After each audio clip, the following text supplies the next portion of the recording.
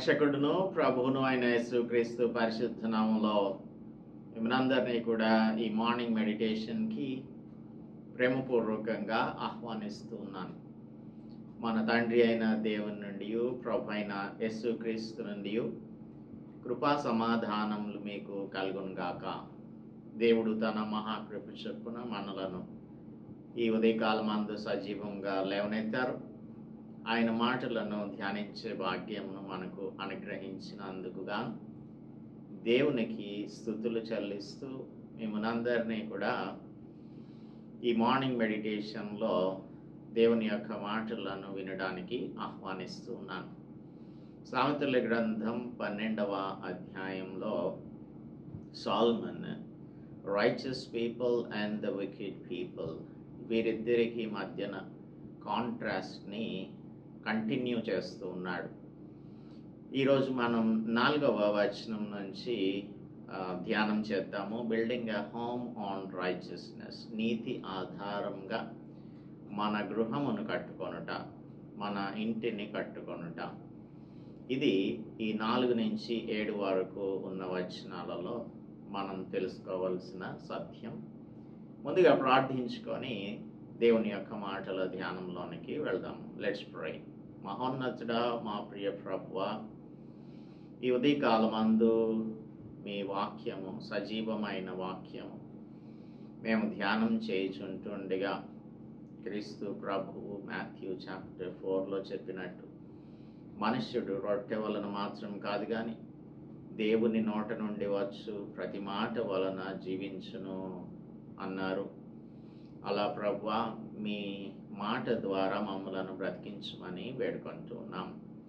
ఈ ఉదయకాలం మాకు కావలసిన ఆత్మీయ ఆహారంను మీరు సిద్ధపరిచి ఉంచినందుకు స్తుతులు చెల్లిస్తూ క్రీస్తు యేసు పరిశుద్ధ నామంలో ప్రార్థిస్తున్నాం తండ్రి, ఆమేన్.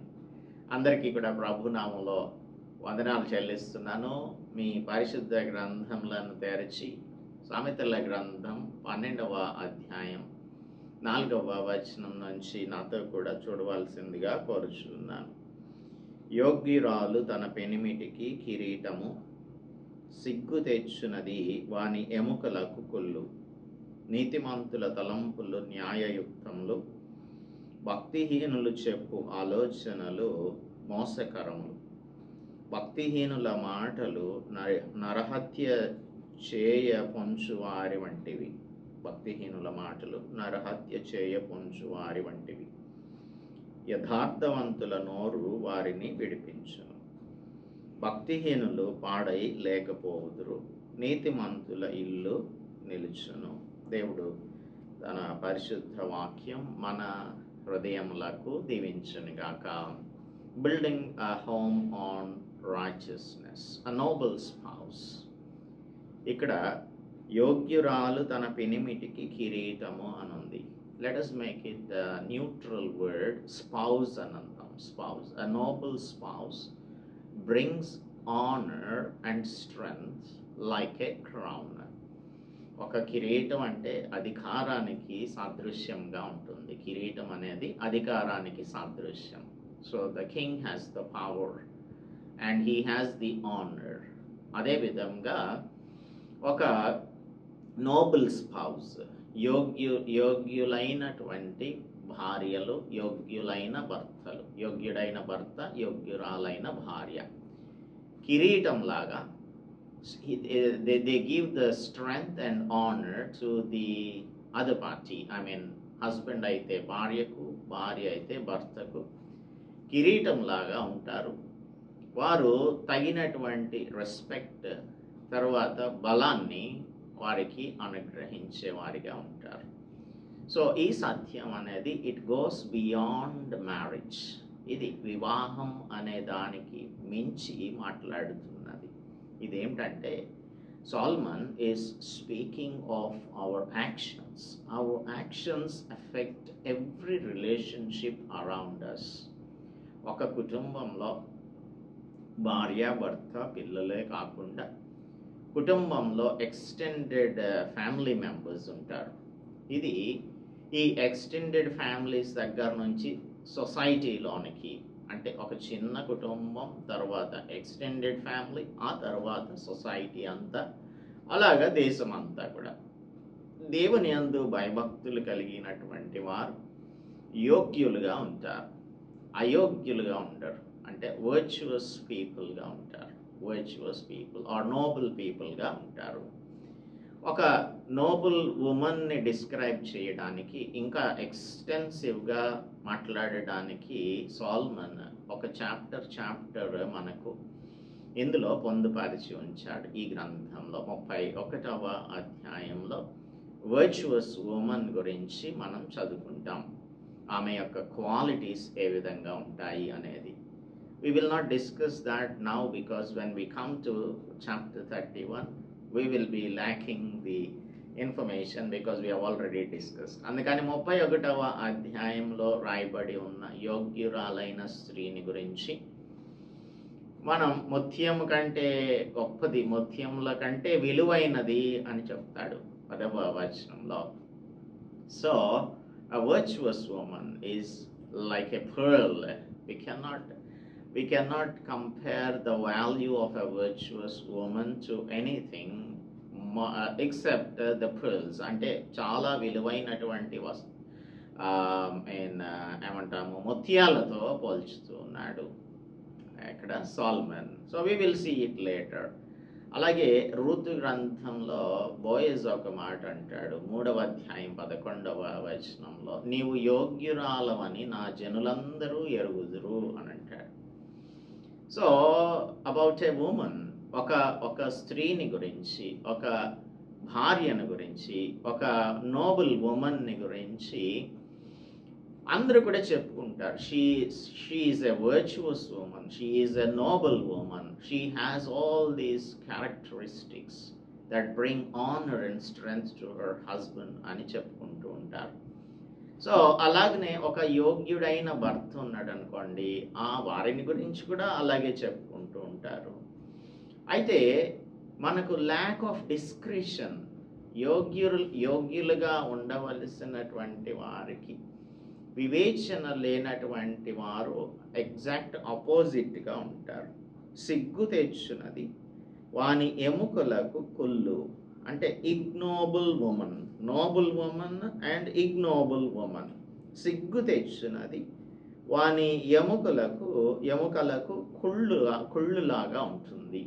అంటే we can compare this lady that is described by Solomon to Jezebel in the book of Kings.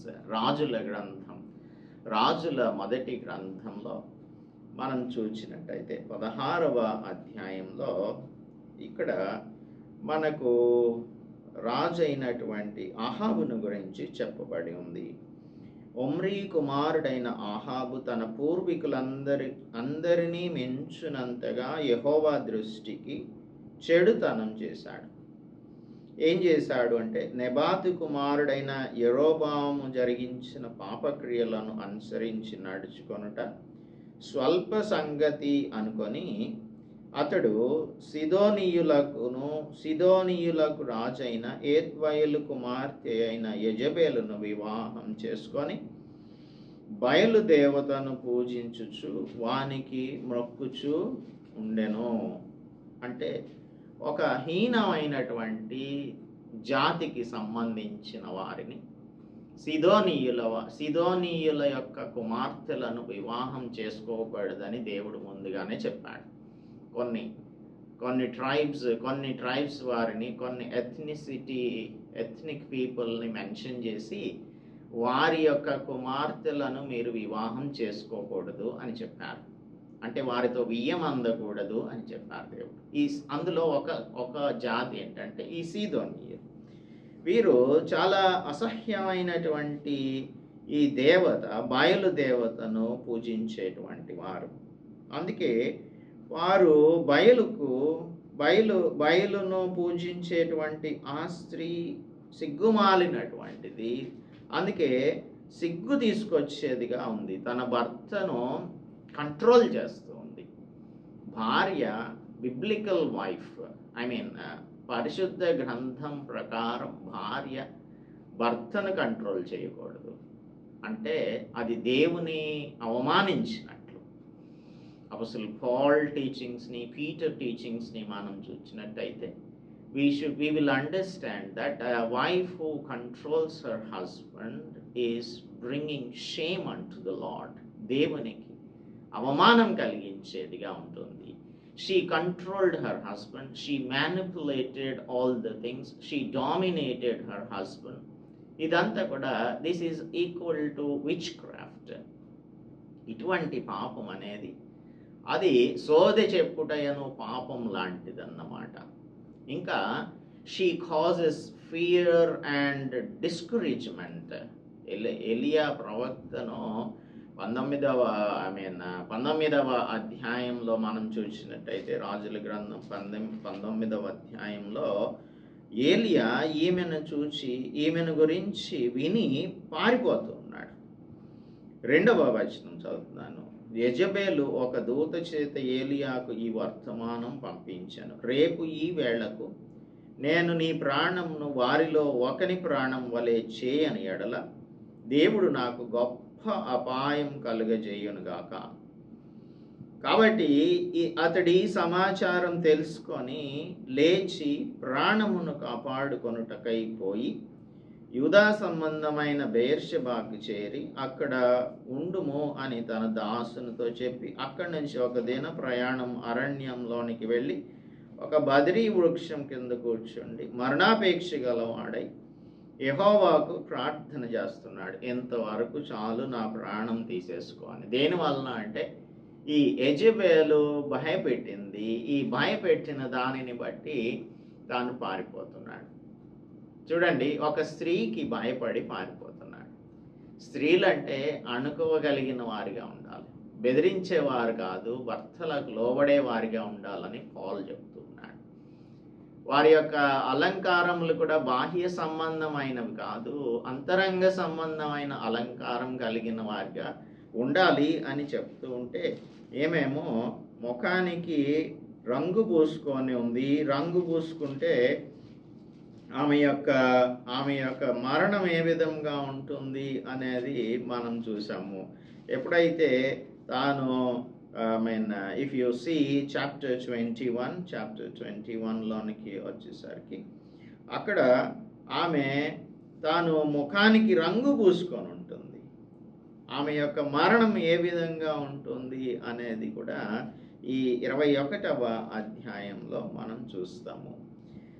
కాబట్టి ఇటువంటి స్త్రీ, అయోగ్యురాలైనటువంటి స్త్రీ సిగ్గు తెచ్చేదిగా ఉంటుంది. తన భర్తకు, ఇతరులకు, వారి యొక్క ఎముకలకు కుళ్ళులాగా ఉంటుంది.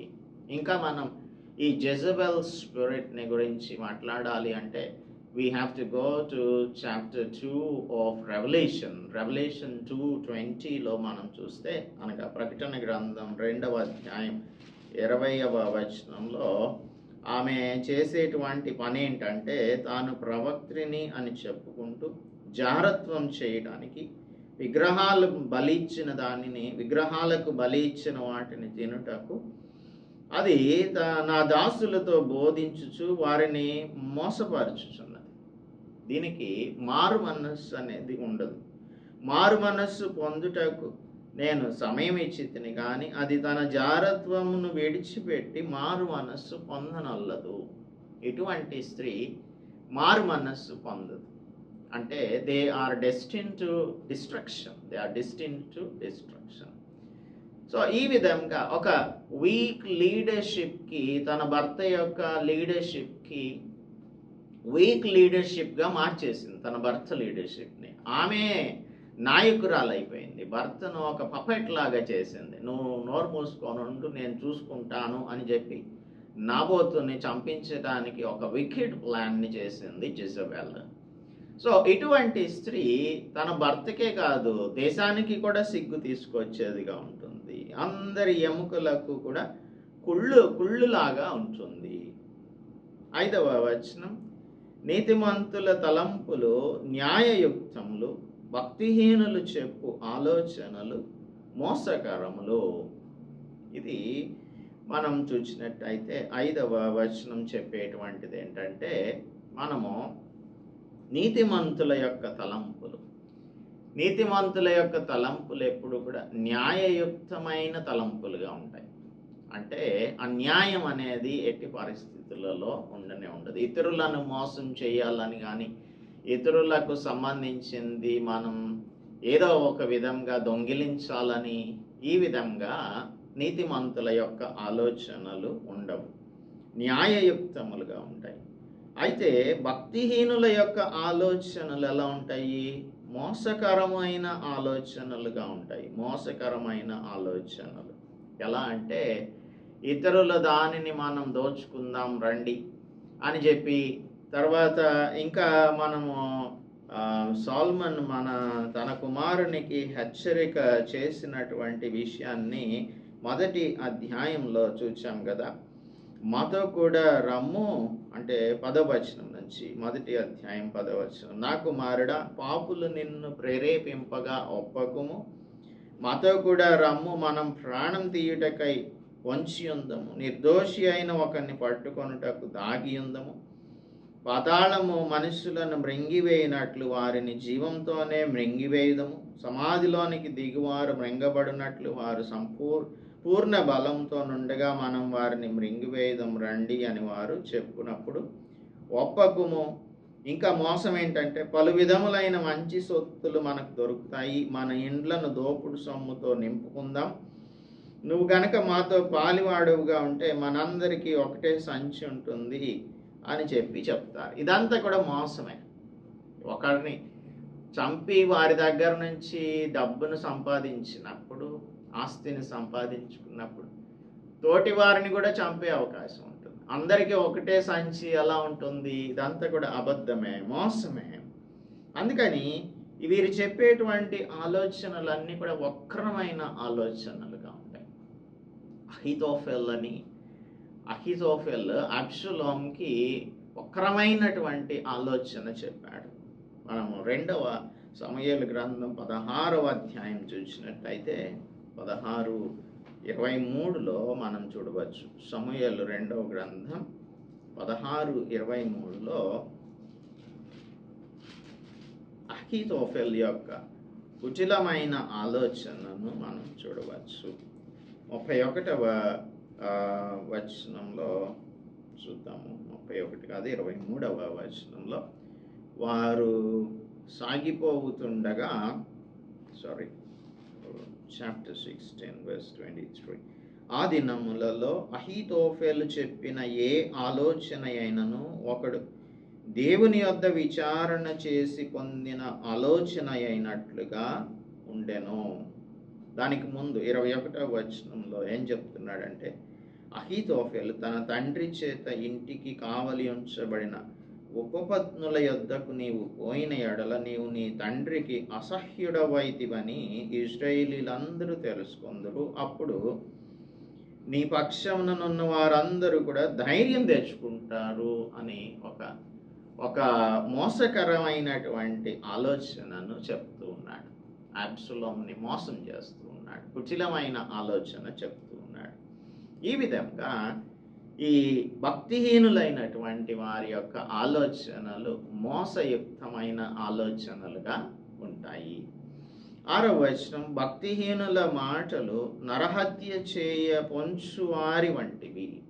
యేసు ప్రభువు లూక్ చాప్టర్ 20లో చూద్దాము. అక్కడ శాస్త్రులు పరిచయులైనటువంటి వారు 20వ అధ్యాయం 19వ వచనం చూద్దాము. ప్రధాన యాజకులను శాస్త్రులను తమ్మును గూర్చి ఈ ఉపమానం ఆయన చెప్పెనని గ్రహించి ఆ గడియలోనే ఆయనను బలాత్కారంగా పట్టుకొన సమయం చూచిరి గాని జనులకు భయపడి వారు ఆయనను కనిపెట్టుచు అధిపతి వశమునకు అధికారమునకును ఆయనను అప్పగించుటకై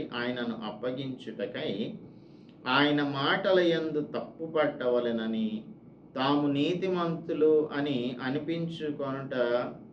అనిపించుకొను వేగుల వారిని ఆయన యొద్దకు పంపించారు.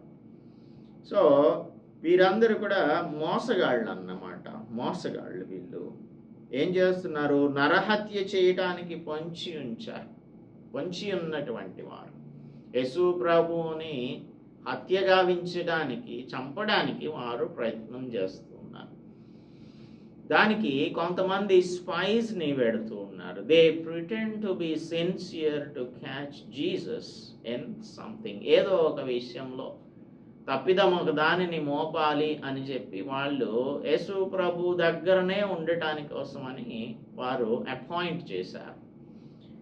అందుచేత నరహత్య చేయటానికి పొంచి ఉంచిన వారు వంటి వారు ఎవరు? ఈ భక్తిహీనులైనటువంటి వారు. యథార్థవంతుల నోరు వారిని విడిపిస్తుంది. దానియేలును గురించి మనం చదువుకుంటాము. దానియేలు చాలా సిన్సియర్గా ఉంటూ ఉన్నాడు.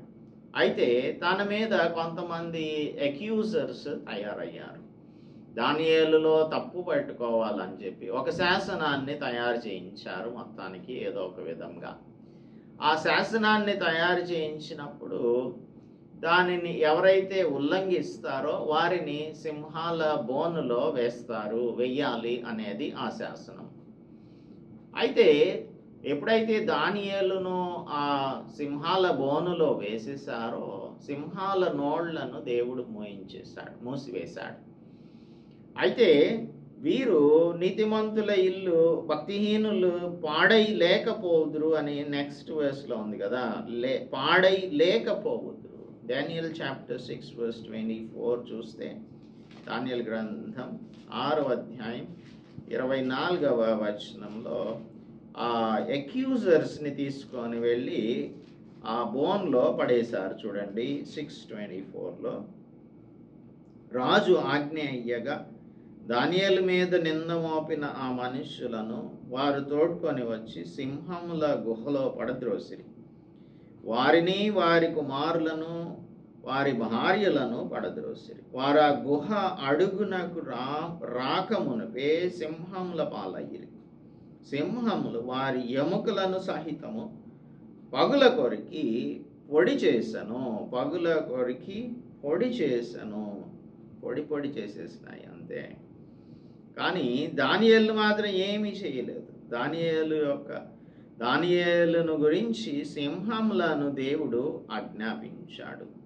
రాజుగారు అంటూ ఉన్నాడు, తెల్లవారి రాజు వేగిరమే లేచి సింహముల గుహ యొద్దకు త్వరపడి వెళ్ళి అక్కడికి రాగానే దుఃఖస్వరంతో దానియేలును పిలిచి, జీవం గల దేవుని సేవకుడవైన దానియేలు, నిత్యము నీవు సేవించుచున్న నీ దేవుడు నిన్ను రక్షింపగలిగినా అని అతనిని అడిగాడు.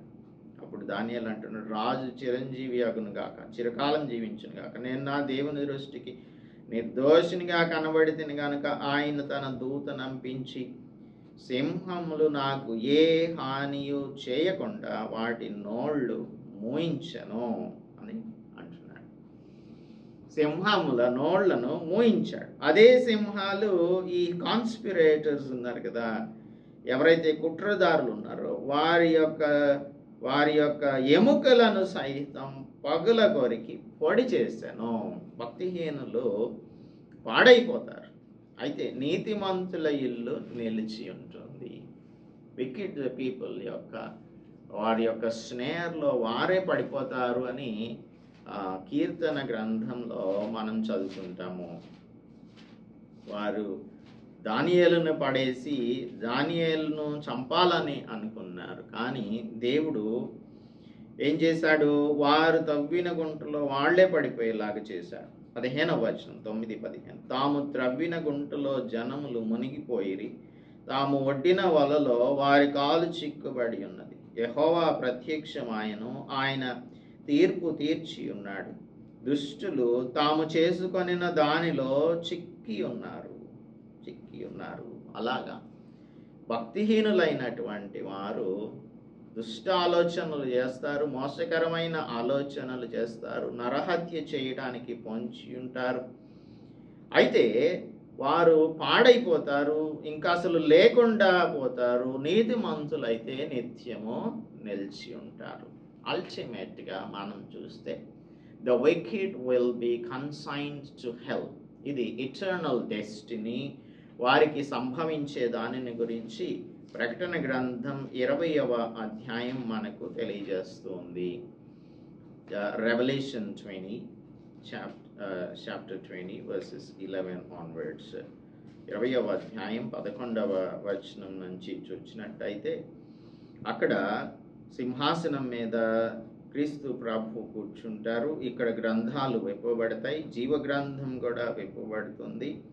అయితే ఎవరైతే దేవుని యొక్క మాటను విననటువంటి వారు ఉంటారో వారు చూడు, తీర్పు జరుగుతుంది. మరణమును మృత్యుల లోకమును అగ్నిగుండంలో పడవేయబడను. ఈ అగ్నిగుండం రెండవ మరణం. ఎవరి పేరైనను జీవగ్రంథమందు వ్రాయబడినట్టు కనబడని ఎడల వాడు అగ్నిగుండంలో పడవేయబడతారు. So ultimately the wicked people will be thrown into the lake of fire. కానీ దేవుని బిడ్డలైనటువంటి వారు మాత్రం they will enjoy the eternal bliss అనేది మనము ఈ 21వ అధ్యాయంలో చూస్తాము. 21వ అధ్యాయంలో మనం చూసినట్టయితే అప్పుడు ఇదిగో దేవుని నివాసము మనుషులతో కూడా ఉన్నది, ఆయన వారితో కాపురముండును, వారు ఆయన ప్రజలై ఉందురు, దేవుడు తానే వారికి దేవుడై ఉండి వారికి తోడై ఉండును, ఆయన వారి కన్నుల ప్రతి బాష్ప బిందువు తొడిచివేయను, మరణము ఇక ఉండదు, దుఃఖమైనను ఏడుపైనను వేదన అయినను ఇక ఉండదు. We will enjoy the eternal bliss with God. So when we read this part, ఈ పార్ట్లో మనము నేర్చుకోవాల్సింది how to build our lives on righteousness or how to build our home on righteousness. మనమే కాదు, మన కుటుంబం, మన చుట్టుపక్కల వారు, అలాగే మన ఎక్స్టెండెడ్ ఫ్యామిలీస్ అందరం కూడా ఏ విధంగా మనం జీవించాలి. How are we shaping our home and our relationships, our friendships? This is very important. Are your thoughts shaped on the truth of God or selfish goals మీద మీరు మీ యొక్క గృహాన్ని కట్టుకోవాలని అనుకుంటున్నారా? భక్తిహీనుల ఇల్లు భక్తిహీనులు లేకుండా పోతారు వారు అని ఇక్కడ చదువుకుంటున్నాము. సో మనమందరం కూడా నీతిమంతులంగా జీవించాలని, క్రీస్తు అనే బండ మీద మన ఇల్లును కట్టుకోవాలి అని ఈ వాక్య భాగం మనకు తెలియజేస్తుంది. We will see the next part 8 to 12 verses. ఇందులో work ethics and practical wisdom ని గురించి సాల్మన్ మాట్లాడుతున్నాడు. We will discuss it tomorrow. Let's pray. పరిశుద్ధుడా, మా ప్రియ ప్రభువా, మా రక్షక, యోగ్యులైనటువంటి నీ బిడ్డలంగా మేము తండ్రి మీ నామ మహిమార్థమై జీవించడానికి కృప చూపించండి. సిగ్గు తెచ్చే విధంగా మా జీవితంలో లేకుండా భక్తిహీనుల వలె మోసకరమైన ఆలోచనలు కానీ, ఇతరులకు హాని చేసేటువంటి తలంపులు కానీ, ప్రభువా దానియేలు గ్రంథంలో కాన్స్పిరేటర్స్ ఏ విధంగా అయితే దానియేలు మీద కుట్ర పన్నుతున్నారో ఆ విధంగా మేము ఉండకుండా యేసు ప్రభువుని ఏదో ఒక విధంగా తప్పిదమును పట్టుకోవాలని ఎదురు చూడడానికి స్పైస్ని అపాయింట్ చేసిన ఆ శాస్త్రులు పరిచయుల వలె మేము ఉండకుండా ఉండునట్లు మాకు కృప చూపించి మేము నాయన నీతిమంతులంగా దానియేలు వలె జీవించుటకు మాకందరికీ కూడా కృపను అనుగ్రహించమని. చాలాసార్లు ప్రభువా మేము నాయన మరి ఫాల్స్ కౌన్సిలింగ్ లైక్ అహీతోఫెల్ లాగా ప్రభువా అబ్షలోము ఏ విధంగా అహీతోఫెల్ యొక్క ఆలోచనను విని అపవిత్రమైనటువంటి కార్యములు చేశాడో అలాగ కాకుండా ప్రభువా మేము ఎల్లప్పుడూ కూడా మీ ధర్మశాస్త్రమునందు ఆనందించుచు మీ వాక్యము మాకు చేసేటువంటి ఉపదేశమును విని దాని ప్రకారంగా జీవించుటకు కృప చూపించమని క్రీస్తు యేసు పరిశుద్ధ నామంలో ప్రార్థిస్తున్నాము తండ్రి, ఆమేన్. దేవునామానికి స్తోత్రం. అందరికీ కూడా మన ప్రభువైన యేసు క్రీస్తు నామంలో వందనములు చెల్లించుకుంటున్నాను. దేవుడు మిమ్మల్ని ఆశీర్వదించి మిమ్మును కాపాడును గాక. ఆమెన్.